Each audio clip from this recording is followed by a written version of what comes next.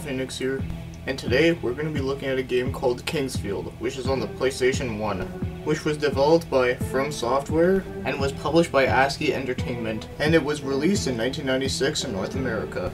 Now just so you know, this is the second game in the series in total, but here in North America it was the first. So we're going to start with this game, but we may take a look at the other Kingsfield games later on, so we'll focus on this one for now.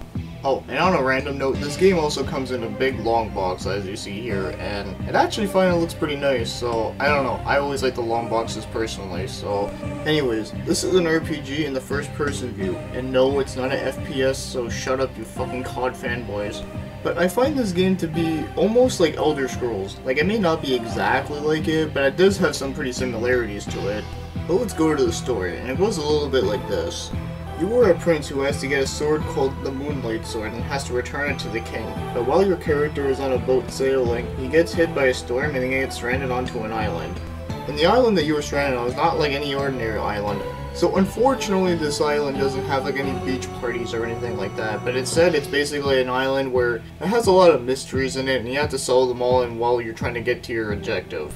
And yeah, that's all I really have to say about the story, and all I have to say for myself is that I found it to be pretty interesting for the most part, like for what it is. So yeah, I think the story is actually alright. But I will let you know one thing about this game is that it's pretty difficult and hard, I find. And it may not be like the hardest game I ever played, but it's pretty tough for the most part.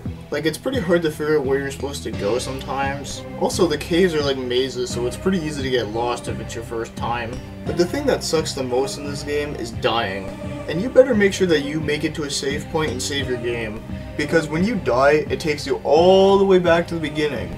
And yes, that even includes level 1. Now that is pretty unforgiving, and the worst part on top of that is that they don't even give you a continue option either. They just expect you to know that you're going to load the game. Now figuring out how to load the game is not a problem at all, but if it's your first time and you don't know what you're doing, then you can get screwed over really badly. And this is another reason why we should have continue options. So we can load from the continue screen, not from like the beginning of the damn game.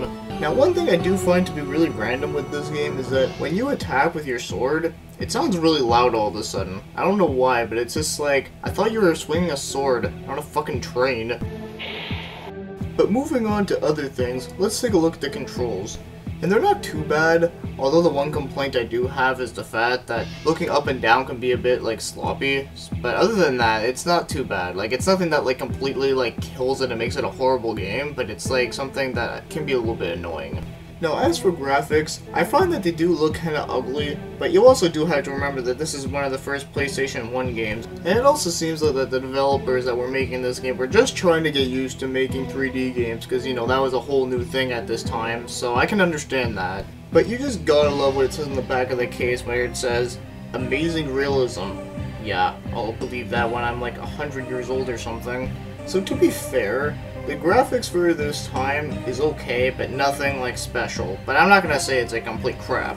But there is one thing that does bug me, and that is, why the hell do the people in this game have no faces at all? Like, is Slenderman trying to take over games before he was even made? Who knows, but seriously though, I find it kind of ironic how like the last episode I did a review of Friday the 13th on the NES, and yet you see those fucking kids that like look like they have no faces at all. So, holy shit, that is fucked. So anyways, let's get back to the game, and we're gonna focus on the music now. And all I gotta say for music is that I really like it myself. I find it actually suits the game, and it sounds really nice. Also, for some reason, the music in this game kinda reminds me of the music from Tecmo's Deception, and from my perspective, that's a good thing. So overall, the music in this game is just really good in my opinion. Now, if you want to buy this game, it usually costs around $15 to $20, although I got mine for like $25, but I think it's an alright price though. Like, I may have like overpaid by like $5, but oh well, it's not the end of the world. And I find the game to be pretty underrated for the most part, and in my area I don't really see it that often though, but I do think that it's not like rare or anything at all, but it's not really common either, so I guess you can say it is a little bit uncommon, but I'm not entirely sure. That could just be my area, who knows. Now if I were to rate this game, I'd probably have to give it a 7 out of 10. I think it's pretty good for an RPG on the PlayStation 1, a 3D one no less. Although it may not be as remembered as something like Final Fantasy or anything like that, but I do find it to be a pretty unique one though.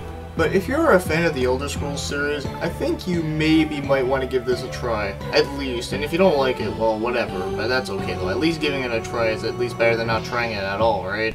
And yes, the game may be very difficult, but like I have said many times in the past, difficulty is not necessarily a bad thing if done right. I found the difficulty in this game to be pretty, like, well balanced, although there are some cryptic shit involved into it though, but it's not as bad as, like, something like Darkseid on the PC or even Milon Secret Castle on the NES.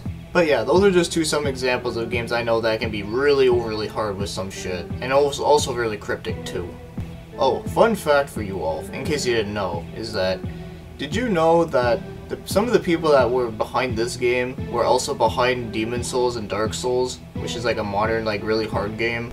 Although I don't find them to be too hard, although they're just mainly hard to start out with, but they are pretty hard for what they are. But obviously not the hardest game of all time, clearly no. But yeah, I just had to mention Dark Souls and Demon Souls just because of the fact that they're really good games, and it's also somewhat related to this game, so why not? Anyways, this is the end of my review. I hope you enjoyed watching this video. Thanks for watching and commenting.